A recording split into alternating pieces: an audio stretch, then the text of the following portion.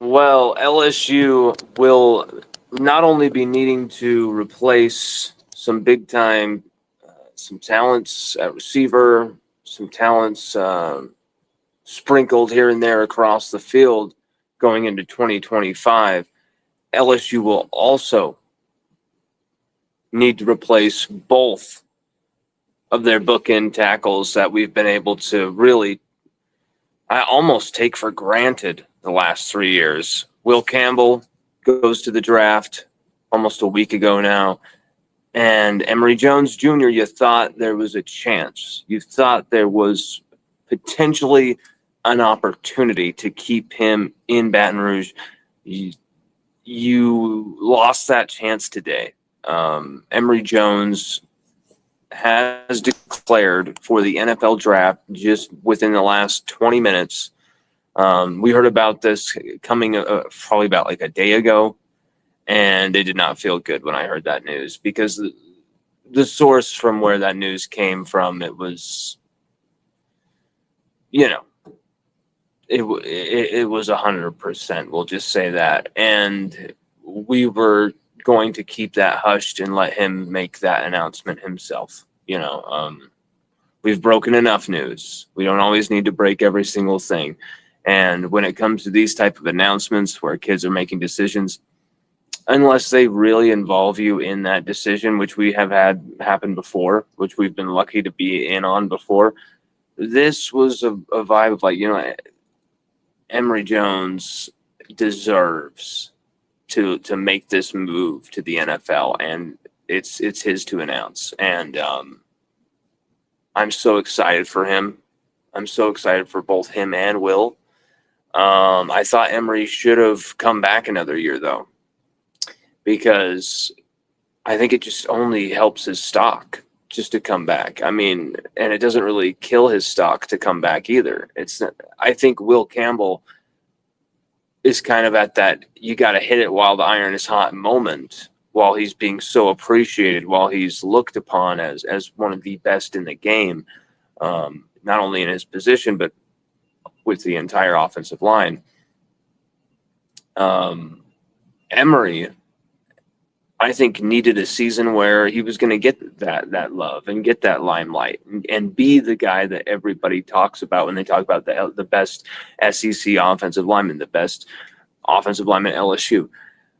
But you know what? They just got their draft evaluations back. Obviously, he feels confident enough to go forward with this decision because he knows I still got a great chance to be a first round pick. And if I'm not a first round pick, I'm going to be early second round. And that's as far as Emery Jones is going to fall in the draft. Just been incredible. The stats are never the Pro Football Focus stats for offensive line play. They're never the full metrics. They're never really going to tell you what's happening or how good or bad an offensive lineman is. I really do believe that the eye test tells you this type of stuff more than anything else can when it comes to the offensive line.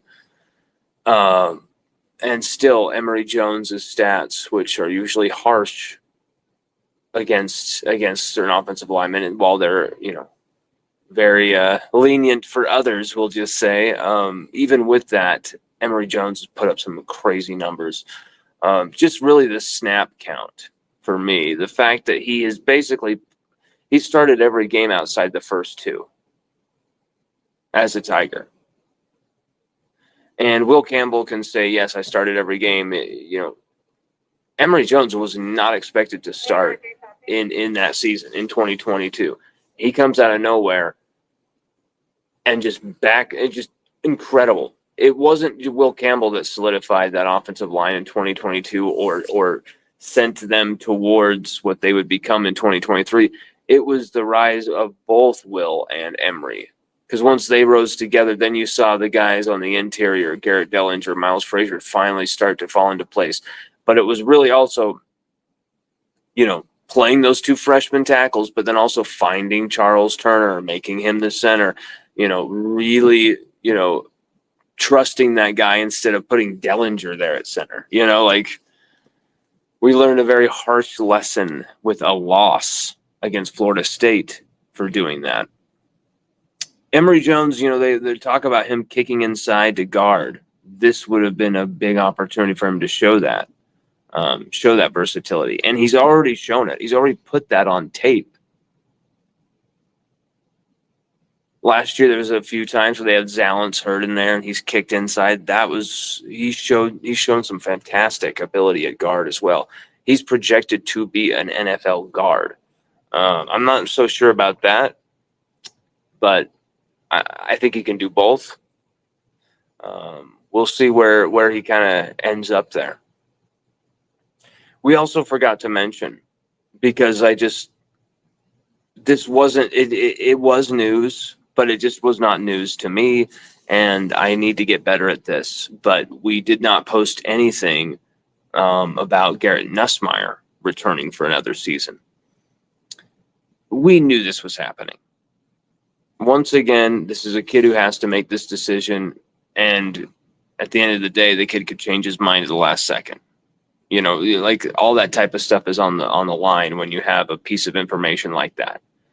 And when you're entrusted with a piece of information like that, and you're told, do not break this, let this person announce it, I do as I'm told by those sources, because those sources have really helped me and really given us a lot of juice over the years. We'll just say that. So when our sources give us a piece of information like that, maybe it fell off the tip of the tongue on accident. Maybe they just wanted to share something because they're excited.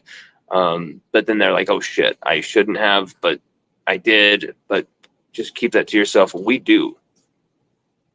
People think we break everything that comes our way. And if only they understood the type of things we could have broken a few weeks back, and it would have been the worst thing for LSU, for the program, for us to break that story right then and there. And it would have been, whether we intended it or not, it would have been a time when everyone wanted, the mob was out for Brian Kelly. The mob was out for the coaching staff, all of this stuff. And if we had put that out, we were literally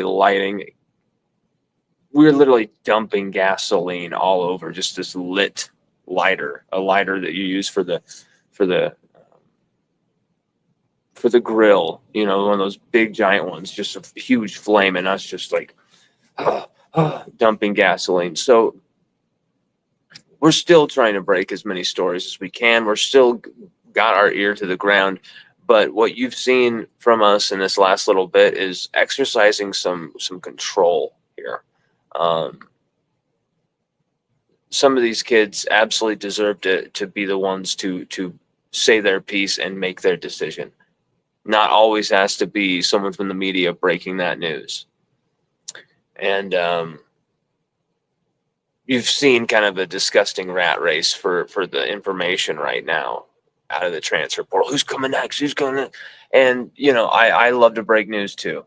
But you saw with PJ Woodland yesterday, where they were announced, Pete Nakos from On3 was saying, PJ Woodland, LSU corner, he's gone. Freshman corner is gone, going into his sophomore year, he's gone. And everyone is running with it. Everyone. I hit up PJ right as I see him post, like him saying, like, basically what was posted was bullshit from Pete Nakos. And you saw immediately him backtrack. You saw immediately all these podcasts, all these people who are basically steal others' news just to keep the viral machine going. You see, someone else posted that. Quick, copy and paste that photo. Get this over here. Change the tint of the photo a little bit so no one knows we took it from them. Crop the images out, all this stuff, and then make it look like ours. Repost it so we can get the hits. Like, you see so many disgusting podcasts do that. They do it to us. They've done it to our news. We do not do that to the point of literally we will just not report a story or just retweet the one from the actual person who broke it. Like, it's just disgusting. The information vulturing, the post vulturing, it's gross. We're going to do as much as we can to give our subscribers the best content, the most information up to date. But in the last week, not only were we extremely sick, I apologize for that. We still tried to keep going while we were so sick, and we instead just had to shut ourselves down.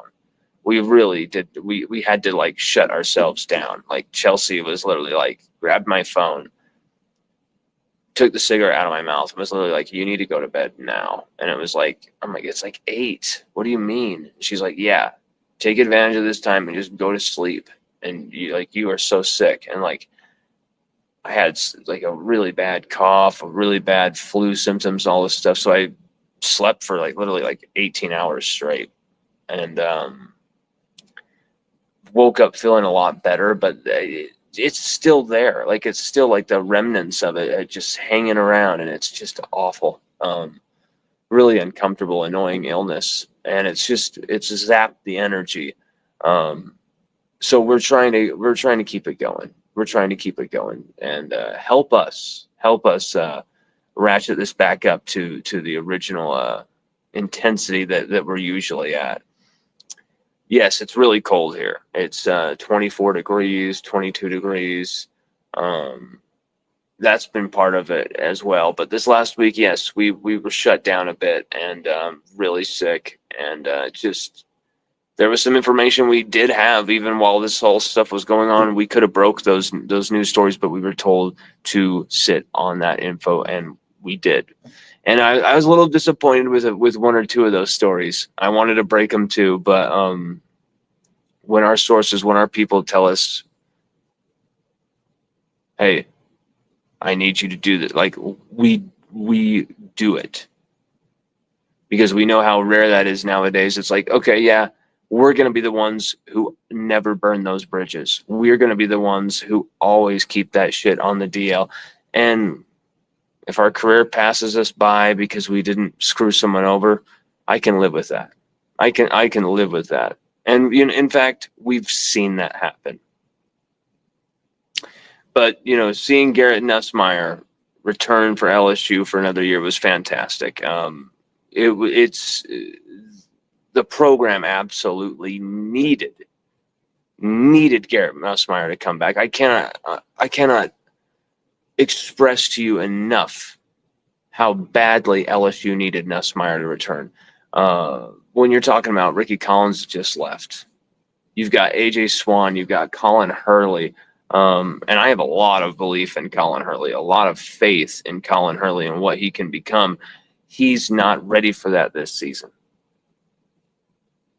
Like, if he is, put him out there. Let's find out. Like that would be insane. That'd be beautiful. The kid, I wouldn't. There's almost nothing I wouldn't put past Colin Hurley. Like, the kid is so good, and I'm such a fan of him. I think actually Colin Hurley, the entire time people were kissing Bryce Underwood's ass, it's like, Bryce Underwood plays for Belleville, Michigan football. Okay. This kid plays in Florida. Like, this kid understands what it's like to actually play in one of the best states in high school football. He won a state title as a freshman. Like, that kid, you see him slinging the ball in the spring game. You've seen how he loves LSU. He's dedicated to LSU. That's a kid I want to see more from. But LSU cannot mishandle him. They cannot mishandle him. I have been warned, I have been told that, like, yes, while Colin is locked in, just like any other quarterback, he can make that decision very quickly and be gone if LSU mishandled this situation. And do you know what I'm saying by saying that? At this point, it's quite clear that it's not Nussmeier staying that's going to force Hurley to leave. Colin Hurley has already taken a red shirt that first year. He understands he's going to be behind Nussmeier this season. That's fine with him. What would make him leave would be us going and getting another quarterback out of the portal. But guess what? We have to. LSU have to go get another quarterback out of the portal. And it would suck to lose Cullen early. It would be terrible, but you absolutely have to go get a guy out of the portal. And I'm not talking about just an AJ Swan, kind of like a guy who's just there. A guy who could actually challenge Nussmeier. You need to go get a guy right now. Not only will that make Nussmeier a better quarterback, not only will it help LSU as a team having more options, it'll make Colin Hurley a better quarterback as well, because he'll have to, he'll have, it's not just, oh, I'm the guy in waiting. You've got that guy right in front of you, and then you got another guy in front. Like, you got a battle. You cannot slip. You have to prepare like a starter. So, Nussmeier returning, huge. We're still hearing that Harold Perkins is going to return for LSU. We cannot confirm that 100%, but I am literally at the 99.9% here for Harold Perkins' return, because not only have we been hearing it consistently, it never changes. It only seems to increase that he's comfortable, and he's basically made this decision. All that's left to happen is like him and Gordon McKernan or somebody doing a announcement type of show. Hopefully we can be involved in that. And then Sage Ryan. Sage Ryan follows Kamarion Pimpton, a few other guys, Shelton Sampson, into the portal. Sage Ryan transferred last year, a story that LSU Odyssey broke. Okay. But then 3 days later, right before Christmas, another story that LSU Odyssey broke. Sage Ryan changed his mind and decided to stay at LSU. We broke both of those stories in a matter of days. The entrance and then the change of heart and the return. It was beautiful to be a part of that saga. And Sage Ryan led the defense in turnovers created this season, was second in pass breakups, did not allow a touchdown in coverage for the last 2 seasons. And instead he's gone. What I'm being told, and I'm not 100% certain on this until I get something back from a few certain people, but I'm hearing this is most likely a processing where, hey, we've got this guy and this guy and this guy coming in. We've got to make room. We got, Sage or whoever it was, bye, basically, see ya, go in the portal. Like, we need your scholarship. We need that room. We need that roster spot. That's so savage. And not in a good way, not in a cool way. Processing kids has got to be it's got to be the worst job in the game. And I understand someone probably laughing, like, oh, that'd be funny to tell guys who suck to leave. It's like, okay, you are not a human being. 1 second.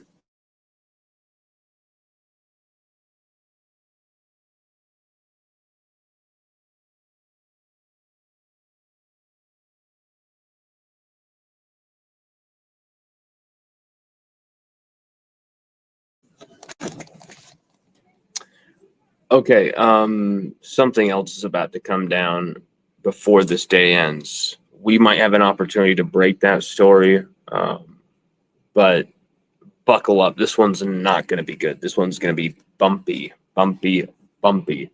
Just 1 sec, everybody. Please fill up the comment section with some questions. Like, what are we doing here? There's so many of you who are interacting with this, watching this. Let's talk.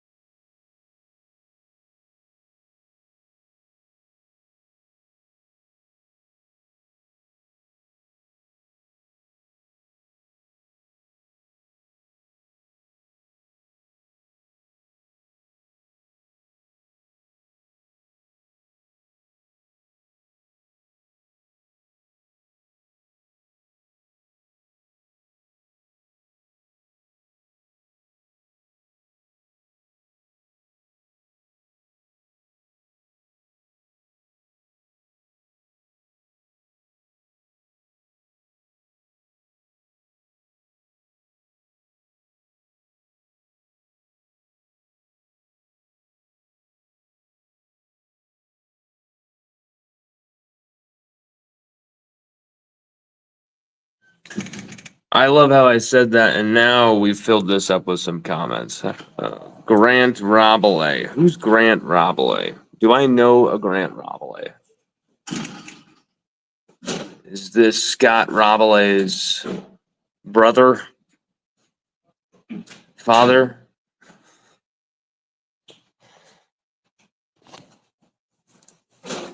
So yes, LSU losing Sage Ryan to the portal.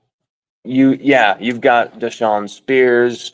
You've got Kylan. Oh wait, no, we don't have Kylan Jackson. He's another kid who went to the portal. Oh, well, we have Jordan Allen. He's got no. Jordan Allen also went to the portal. A kid who showed up, kicked some ass at LSU, barely got to play, and then is just gone before we even found out if he was good or not. And Kylan Jackson, to me, really bugs me. That's a kid I did not want to see go. Unnecessary.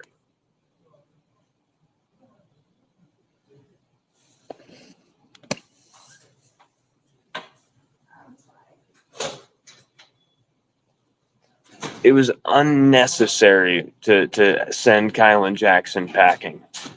But here's the thing: LSU had wasted 2 years of this kid's eligibility. Like, I don't want to hear it from anybody. This is bullshit. You played Kylan Jackson 5 times as a freshman. 5 times? What are you doing? Are you trying to like literally send this kid into the portal? Like, oh crap, I just wasted 2 years of eligibility. Now I have to strike while the iron is hot. I can't, get buried on the depth chart for another season at LSU. Like, you are shoring yourself of, I think, a bit too much talent. I understand we're going in the portal aggressive. We're going to get this guy. We're going to get this guy. And I'm hearing a lot of good things about where that's going. I don't care. LSU were already in a bad position depth-wise. And you just keep shedding more and more depth. When is LSU going to get it through their head that just saying no and getting rid of everybody and purging your entire fucking roster is never a good thing. We need to bridge this thing. I understand. Jordan Gilbert, Sage Ryan, Major Burns, this person. I've heard this same shit over and over, the same narrative over and over. It's not 100% correct when you're losing a guy like a Deshaun Womack. Is that a guy you could have afforded to lose when you're losing Braden Swinson? Fuck no. But we did. And now you're in the portal and you're going to have to pay some more edge guys because you lost Deshaun Womack. So I understand LSU needs an upgrade roster. You're not just going to get it through the portal. And I think shedding some of the guys we have in the last week hasn't been always a net positive for this team, nor will it be. People want to rip on Sage Ryan, but they forget that this kid led the team in creating turnovers last year, which we only had 4 interceptions all of last year. He had more forced fumbles than any of our big-time defensive linemen, edge rushing guys. He had more forced fumbles than Whit Weeks, more forced fumbles than Braden Swinson, more forced fumbles than Savion Jones, and had a sick interception as well. Prevented some big plays down the field with some pass breakups. Of course, not charged for a touchdown in a year where Major Burns was charged with 7. And yet people think that kid's terrible when he played out of position for most of his LSU career. Was second in creating turnovers in 2022, only second to Harold Perkins.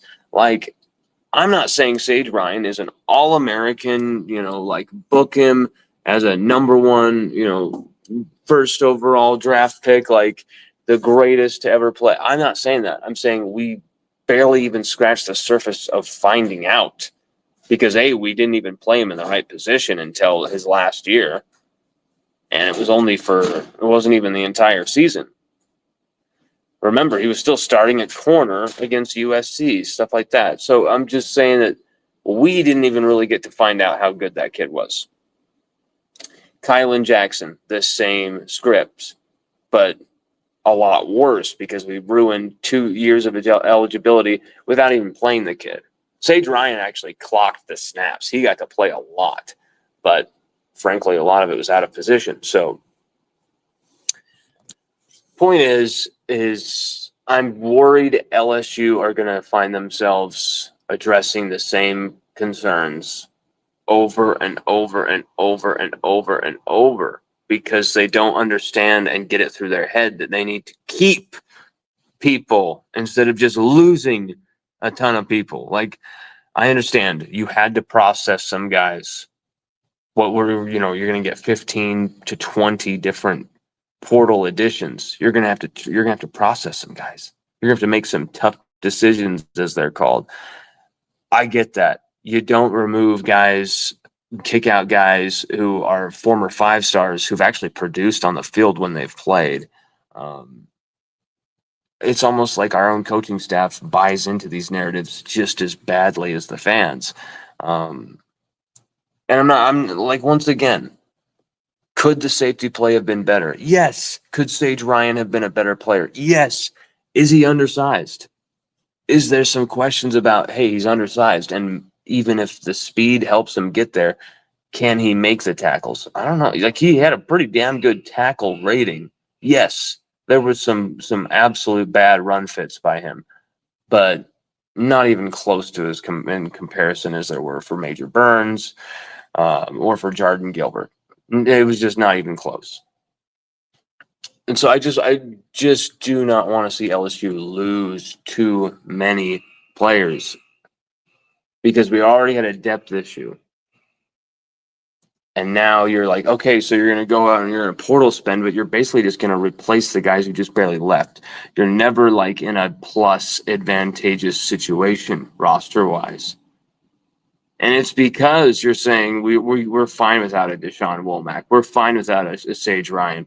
We're fine. And it's like those guys don't even have to start for you. They could be the second, third string, and you're still gonna just see ya. Like, I just don't think that's very smart.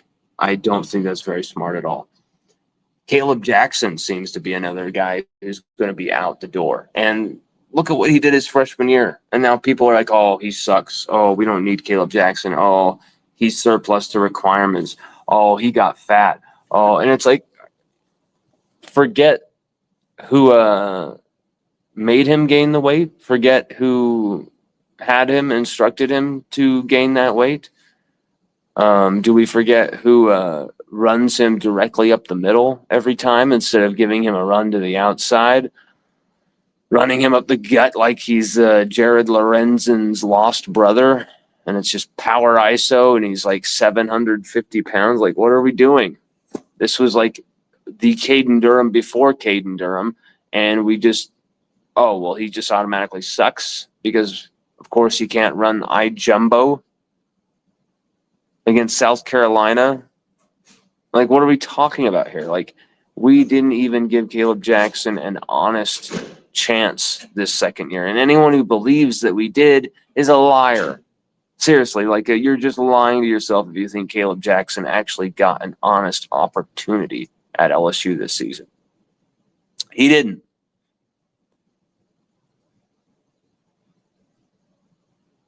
And it would just be another great player that it's like, wow, that kid is like that kid was a superstar, a rock star among LSU's fan base. And then you guys, you change your opinion so quickly after one injury, one poor performance, one maybe did it look like he was bad, or maybe it was a coaching's decision that actually screwed that up. Was that a poor play call? There's like kind of that gray area, and well, who cares? I just don't want any part of it. Get rid of him. Like, I'm telling you, that type of viewpoints with a roster is why LSU is in this fucking position that we're in. Like, you can blame Coach O. You can blame this. You can blame that. You can blame hiring, all these other coaches, Robert Steeples, Kerry Cooks, all these guys, and then Matt House, and then firing them to rehire the guys you fired before, Corey Raymond and Blake Baker and Jake Olson. I understand. there's issues throughout this team, this staff, this roster that LSU have to get a grip on.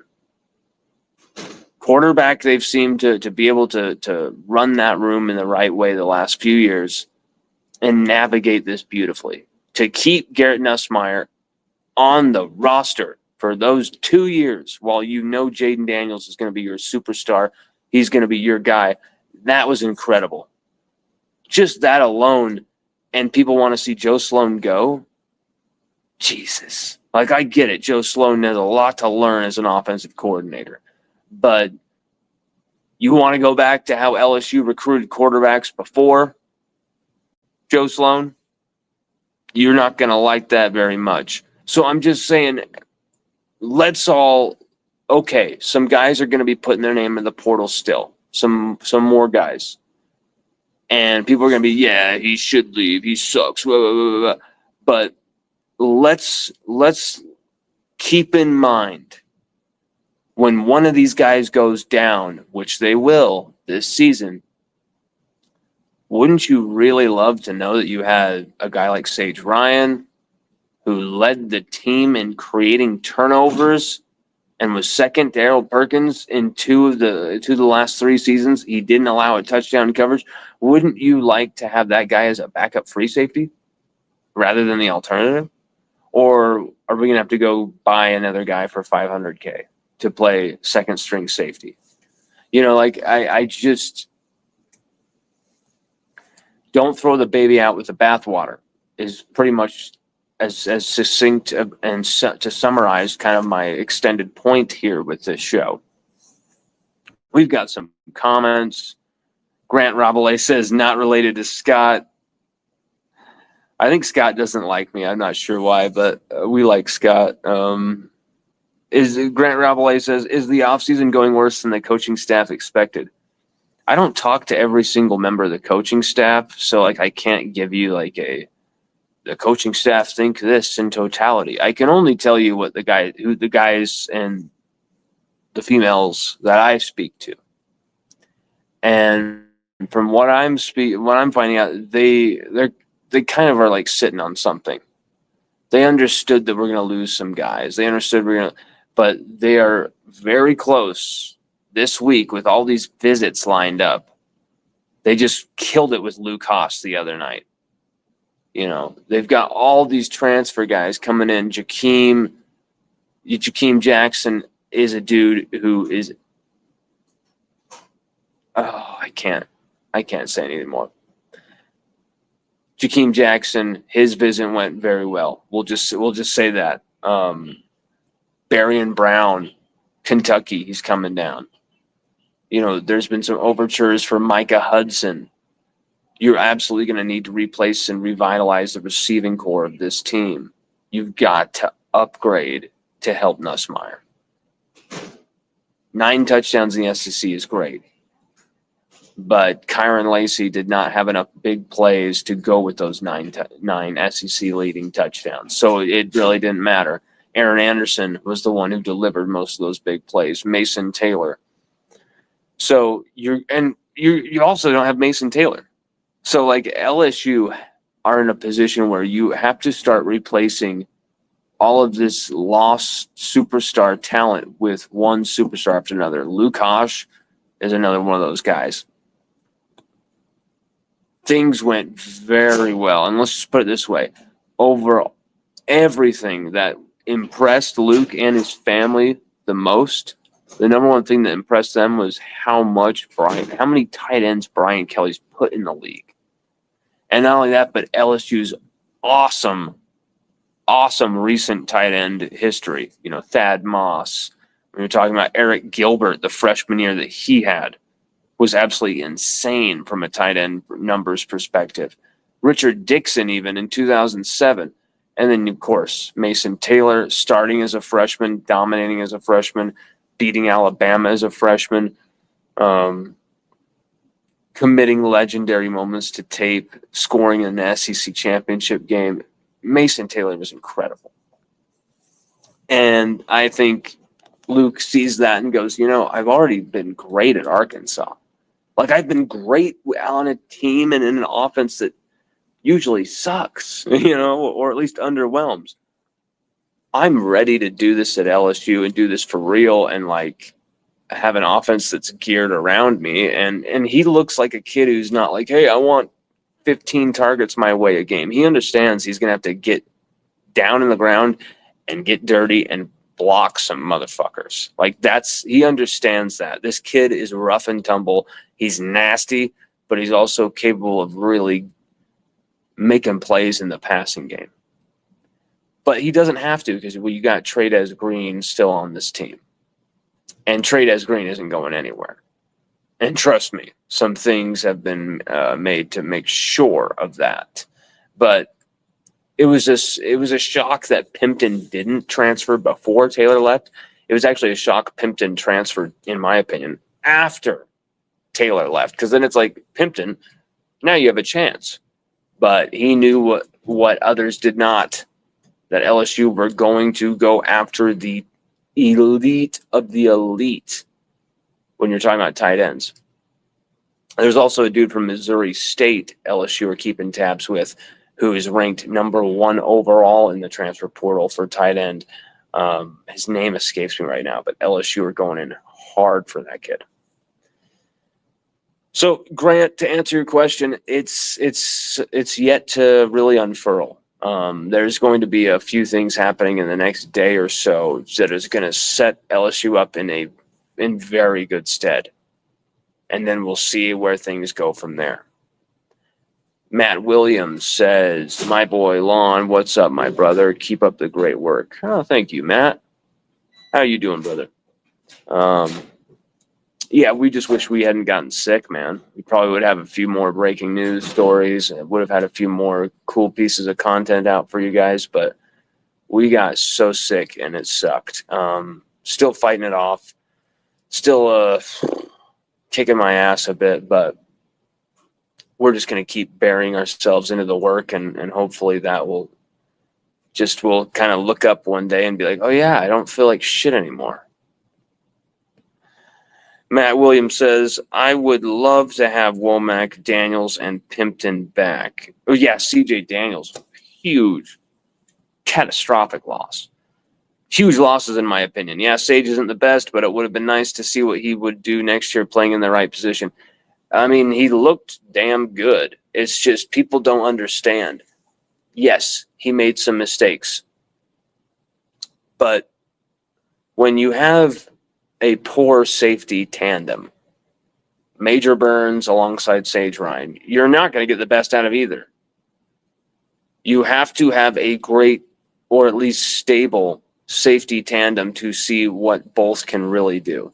Or else you're going to constantly see one exposed chasing a guy from behind after another. And you're going to think that guy sucks in coverage when really it's the other guy who sucked in coverage. It's this guy who bit too much and got sucked up to the line too much. Like, I've told this example to many people. Imagine if Troy Polamalu didn't have Ryan Clark in Pittsburgh. How much he's going to be able to do. Is he going to be able to fly over the line of scrimmage like he did against Tennessee? No. He's got to trust that the RC in the back at free safety is going to have his ass at all times. And Sage Ryan is a damn good coverage free safety. And a bit undersized, but he more than made up for it for a lot of plays. And it didn't seem there was a lot of ways that defenses could really pick on him or take advantage of him. So the whole Sage Ryan narrative is such a mystery to me. Yes, he wasn't, as he didn't deliver upon his 5-star potential, but he wasn't allowed to when he's playing nickel, when he's playing corner. And he was still so damn good doing a job for LSU out of position. I just think the kid was just completely shit on. I think it was completely out of line. I think the kid was treated differently. And I think it was bullshit the way our fans treated Sage Ryan. And I think those who were a part of it should be ashamed of themselves. And I get it. I understand, like, You want 2019 type guys everywhere. You guys don't even know who a 2019 type player would be if he hit you in the ass. Because seriously, like, how many of those 2019 guys that we love, Justin Jefferson, Clyde, Lloyd Cushenberry, how many of those guys were thought of as titans of the game before that season? Joe Burrow, even. How many of you guys even like, oh, I know this guy's going to be great? No, you didn't. You didn't. This stuff has to develop. And I feel like when we lose so many guys year after year after year after year after year in the portal, after their first year, after 2 wasted years, we're just not really helping our roster when we're not developing who's actually there to begin with. You can go and you can buy everyone in the portal as much as you want, but it's not going to fix a fucking thing when you're continuing to do this every single fucking transfer portal cycle, where you lose so many guys that when you go and you buy some guys, it's like, oh, well, we're back where we started. LSU are never in an advantageous position or a plus positive position roster-wise. We're always losing people, and then we're just replacing them. Straight up like-for-like replacements. We're never stocking up. We're never loading up. And LSU have to do that in multiple positions. Defensive tackle, defensive end, edge rusher, wide receiver. You absolutely need at least one, likely really 2 tight ends. Yeah, you absolutely need 2 tight ends, not just one. You need 2. It's corner as well. You need to load up on corner. You need to load up on safety. There's so many positions LSU have been wiped out at.